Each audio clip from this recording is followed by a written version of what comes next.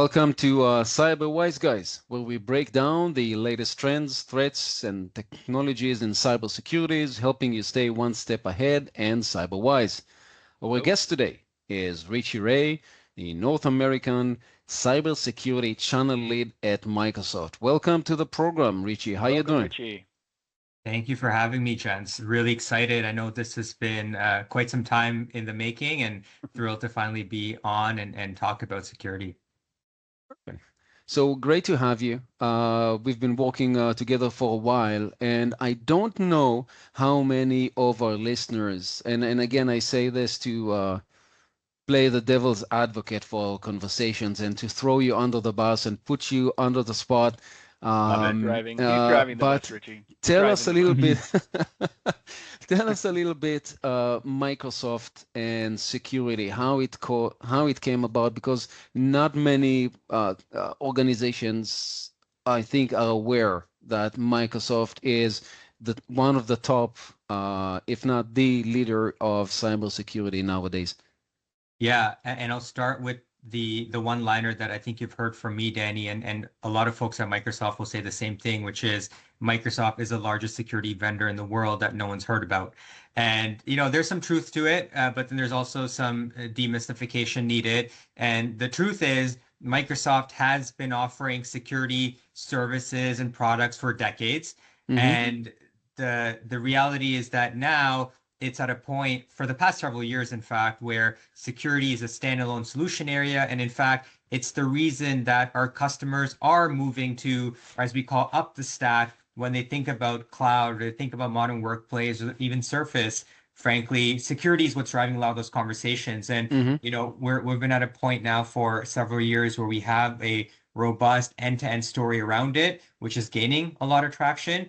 But even as early as 5 years ago, if you were to ask some customers, even some partners, they'd say, hey, I didn't realize where Microsoft was at from a security standpoint. So my job, in fact, a lot of the time is spent on enablement, right? What is the story? Yeah. Partners focus on profitability. Customers, of course, will focus on product truths and the capabilities and how we can help them. And, can it do so efficiently? So we've come a long way. And, thrilled to see where we're at. And I don't think that momentum is going to be stopping anytime soon. Yeah, Richie, I think it's really important what you said about it's come a long way. Like, I think some of the discussions I've had over the last couple of years when it involves Microsoft security has really changed the game. It's no longer asking, what can I add to Microsoft to make me more secure? It's really, what about Microsoft now can I add into what I already have, or move to Microsoft now that it's becoming such a complete suite of products that work together really seamlessly. So yeah, it's a lot of work being done and a lot of work that is continuously being developed. So, and I've seen that firsthand. So excellent. And to take you both, and for the listeners, behind the curtain a little bit too, it's also a segment conversation, right? And Danny and I have talked about this a little bit in the past. Microsoft traditionally has been an enterprise-first company, right? And in the enterprise space, a lot of the products or licenses even that we're going to get into has been around the penetration rates, in fact, have been extremely high, continue to grow in the enterprise space. But now as you think down market, we haven't necessarily been here as much, right? I mean, if you think about my role, it didn't really exist prior to a couple of years ago with that dedicated focus for channels in North America. And now it does. And it just goes to show that it's been there, but it's really that focused emphasis on the segments. And now, actually, in the last couple of years, you'd hear from Microsoft leaders tell you that mid-market, or SMC, or SMB, as we call it, is where the biggest emphasis is. It's where we're driving the most of our funding and investment. So it's a really good time to be down market and actually see our customers also start resonating with that story. Right.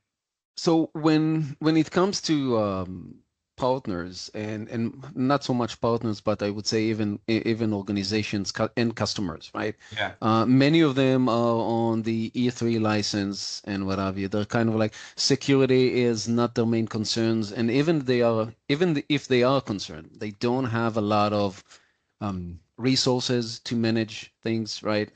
To manage the security aspect of their license. If there is if there is much into the license. So recently, Microsoft announced mini bundles, the security and compliance mini bundles. Can you give our listeners and viewers a little bit information about this and how it can benefit their security posture? Yeah. I mean, how much time do we have? Because we could probably spend an hour just on this topic. Honestly, at the end of the day, at the end of the session, I will invite everybody to reach out to you or myself or their respective Microsoft seller or TD SYNNEX seller. And we probably will provide some information where like for resources, but kind of like in a high level overview, just so people will understand what's the difference between the E3, the E5, and where the mini bundles come in. Sure.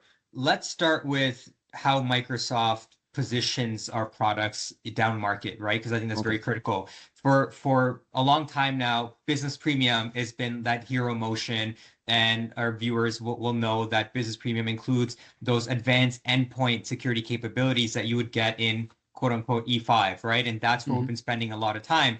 However, as we've now seen AI take off, it's now brought the need for data security. And I mean, frankly, that's probably the number one conversation we're having. Advanced security. So XDR has been prevalent in SMB for years now. And this is what has introduced the concept of enterprise queues for SMBs. So that's where E3 comes in. And frankly, E3 has been a double-edged sword for us, right? Because there's a part of it which is the E component, which means it's enterprise grade.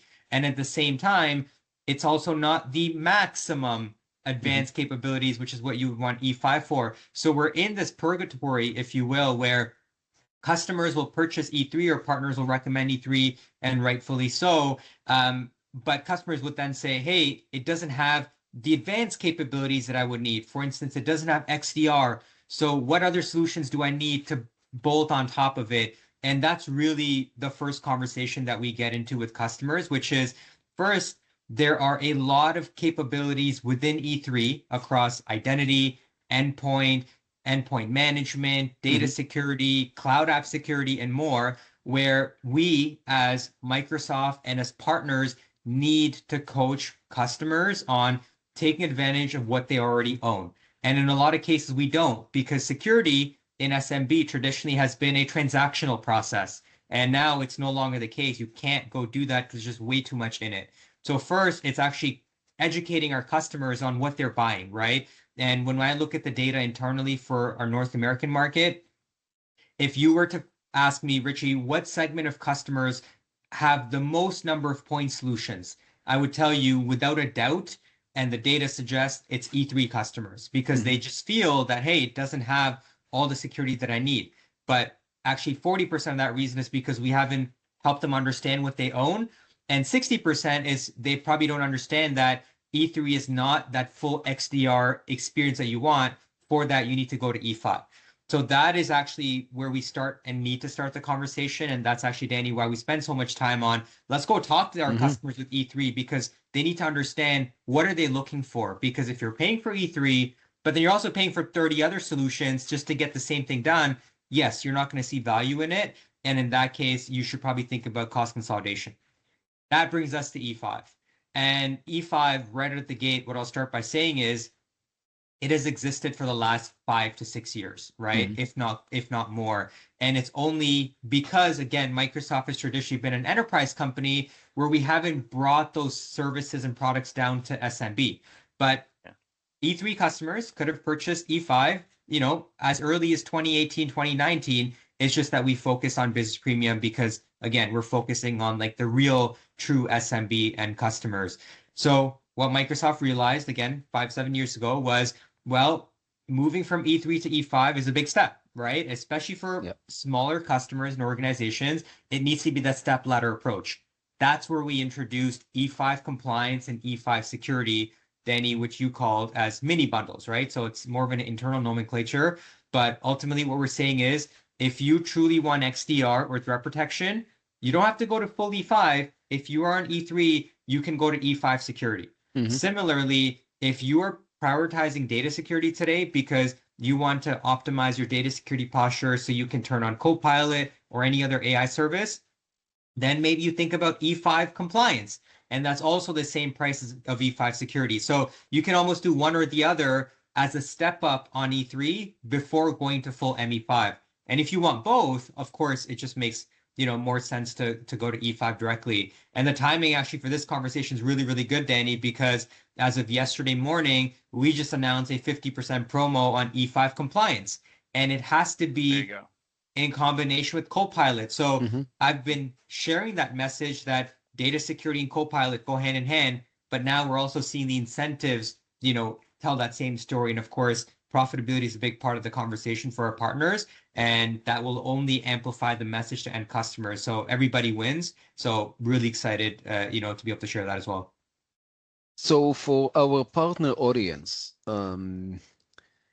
what if they need some enablement, right? If they want to reach out to you or someone else, who would be the best person for them to reach out to, aside of obviously yourself and Greg, and maybe even me? I will put you in. I will put myself in that basket of very smart people.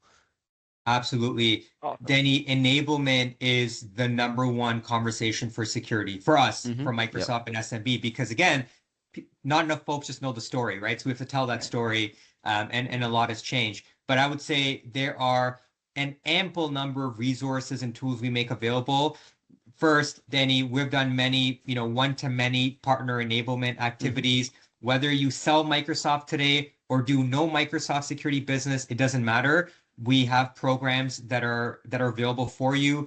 We have just announced that we've doubled down on our partner designations in security. So we have an SMB designation for security partners coming out. And that is, as I call it, the gate or the opener to get access to more Microsoft programs and funding. So if you're a partner listening to this and your question in the past may have been, it may not make sense to invest in Microsoft security because even if their product is there now, the profitability isn't, right? And we've heard that a ton.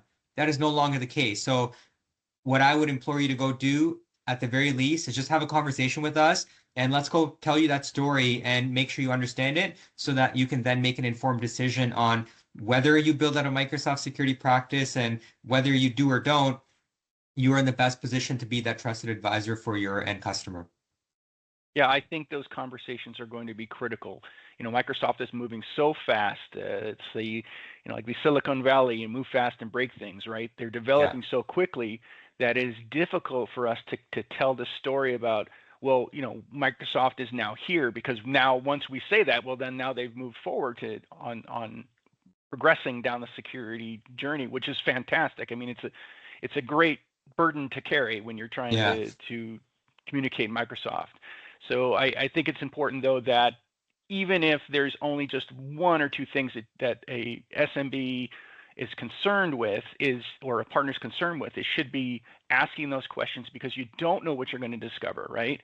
You may not know that those 20 other third parties solutions that you have for data governance or for monitoring, that they may be covered all under one package, under what Microsoft has to offer. So I think don't be shy about asking those questions, even if it's just a simple question. Still, let's get that discussion started, because the worst thing that happens is be like, well, not for me. However, we're moving pretty fast. So I think it's important. And to go back also what you said about AI as well, there's a lot of SMBs that are really timid about getting into AI. They know they've got to make that journey, right? They know they've got to do it securely, because for them, it's this really balancing act. Like, look, a mistake that can cost me a lot will put me straight out of business, but I cannot be left behind, right? It's not AI is going to take your job or your business. It's the competitor who is using AI that's going to take your business. So I'm really happy to hear that there's incentives now for a SMB to get into this market now and to be able to start using AI to be competitive in whatever they're doing. 100%. I mean, security is full of compelling stats. And, if you aren't familiar with the Microsoft security story, all you really need to hear is, if you think about the scale of Microsoft from an employee standpoint, over 220,000-ish individuals, we have over 40,000 engineers dedicated to security, right? And that just goes to show the level of build. During Ignite, if anyone was watching the keynotes, you heard Satya talk about SFI, our Secure Future Initiative, to the point where not just Satya and the board and his leadership team, but frankly, every individual at Microsoft, part of our compensation is tied to the impact of SFI. So it's really security at the heart of everything we do, but then also leading with security is great. And so we'll only continue to see the number of incentives and programs and enablement, as Danny called out, for partners and for end customers rapidly grow. This is great, and I think I would love to have you for another episode just talking about the future, right? And what that would entail. But we always try to keep those our episode limited, so we're definitely gonna schedule another one with you. But there was another move by Microsoft that happened actually at the end of last year, at the end of 2024.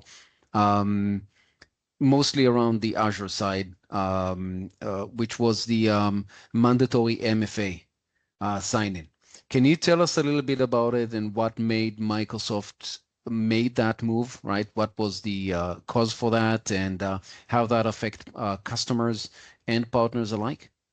Yeah, absolutely. It's a great call out. I mean, in the industry in general, I don't think this is specific to Microsoft, but we all know, and I think the stat is 99% of identity attacks can be prevented with just MFA, right? Yeah. It's not 100, but 99 is a pretty high percentage. And we were just seeing that the adoption of implementation was decreasing as you went down market, right? Which meant that, hey, yes, it will likely create some challenges anytime you introduce something that's mandatory. However, we know what the impact of that is, right? On the downside, and then we also know the upside once you do go implement it. And that's really the root cause, if you will, of where it came about and how it came about, to the point where in our secure score, which is effectively a security benchmark that our customers can use to evaluate their security posture, MFA drives, some of the highest points in terms of overall impact to the score. So it almost felt like a no-brainer. And, when you're protecting as many customers as you are on the security side,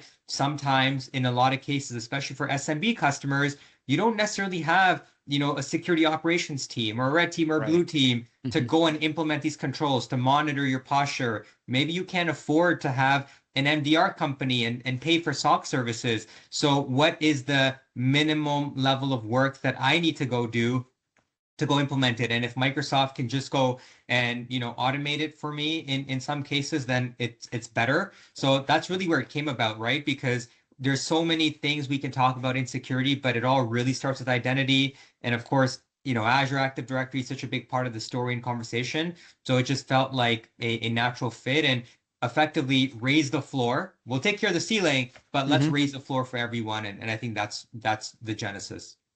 Richie, I think one of the things that customers in the SMB space who don't have a lot of resources when it comes to security, like you said, like teams or even a guy that does security, right? One of the things they also don't have is usually a risk assessment, right? So they're operating off of what's comfortable at the moment. And the discussions that I've had with partners who have not wanted to go and use MFA is, well, for this reason, I only have these employees, I only have these customers. They don't, I'm not dealing with a lot of different, aspects of security, or I have a base that's wide. They don't have a risk assessment done for any of that. And then when they're hit with this enormous bill for Azure because there's crypto mining, they're becoming a crypto mining victim because they haven't used MFA and their password security is very weak. Then they're like, well, now I'm out of business. Well, we get that. There's not much we can do about that because we did urge you to use MFA.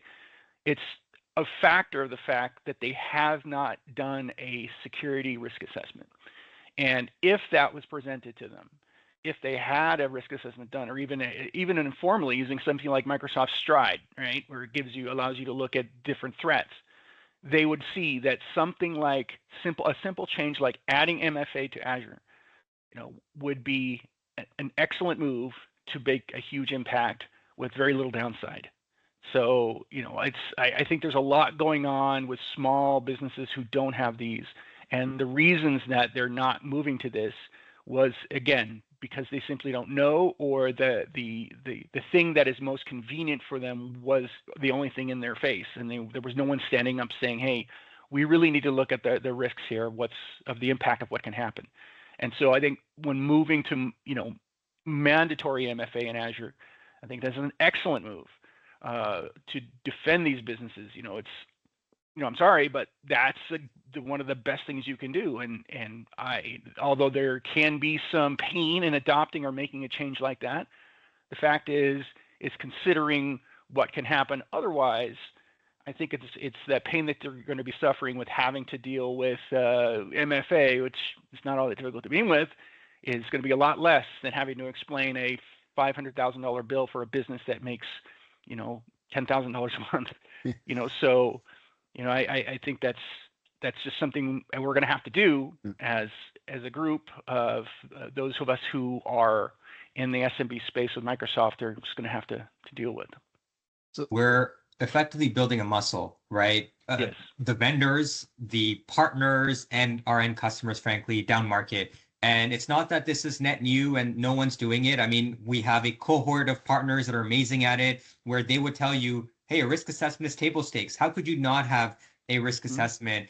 I feel, again, my opinion, that we are just transitioning from a transactional state, right? I mean, where Microsoft has paid and incentivized partners in the past has been, transact, and now it's no longer possible. I mean, I look for who are our transformational partners, right? That can lead and be kind of that leading edge. So as we go and identify more partners, as we go educate, enable our long tail of partners down market, and I mean, there's north of 50,000 just in North America alone. How do we go work with them to make it so that they would say, hey, risk assessment is table stakes, right? So Microsoft, of course, has several first-party risk assessments. We call them solution assessments. But frankly, I see that our partners create their own versions that are, maybe mapped to CIS controls or mapped to certain regulations that they focus on. So it's really cool to see. I think very quickly we'll just, again, continue to elevate that floor, but we're really in the middle of that shift. And it's nice to see that the beneficiaries of all of this work is going to be our end customers, right? Because absolutely. Again, what's that stat? 60% of SMBs go that get attacked, go out of business within 6 months of a breach. Like that is profound, and we need to really make sure we drive that number lower, and it's done through things like this. Listen, Richie, I could talk to you like all day long, and there are a bunch of other things that I would love to discuss with you. You've mentioned identity earlier, and I would definitely want to invite you to join us for another episode of Cyber Wise Guys. I'm sorry to be the one that kind of like looking at the stopwatch. Bandwidth's limited. Driving the bus. The reasons we want to keep those conversation, those condensed, right, is not kind of overload people with information. So maybe just to kind of like wrap it up, if you could leave our listeners with one piece of advice for improving their security and compliance posture in 2025, what would that be? Yeah, that's a great question, Danny. Great way to end off. If you will, I'll maybe split that up, depending on whether you're a partner and end customer, because again, your ask may be different. I mean, if you're a partner, you're an SI, you're a reseller, or an MSP, however you would classify yourself, I'd really try to go understand what's the shift that your customers are seeing in their security needs, right? Because we're seeing it, and so naturally you are as well. And just understanding what that Microsoft story is, if it is relatively newer to you, just get connected with us, right? I think that's going to be a critical part of the story, and we want to make sure that ultimately you are that trusted advisor for your customer, and that would naturally entail understanding what's out in the market and what can help customers with certain things.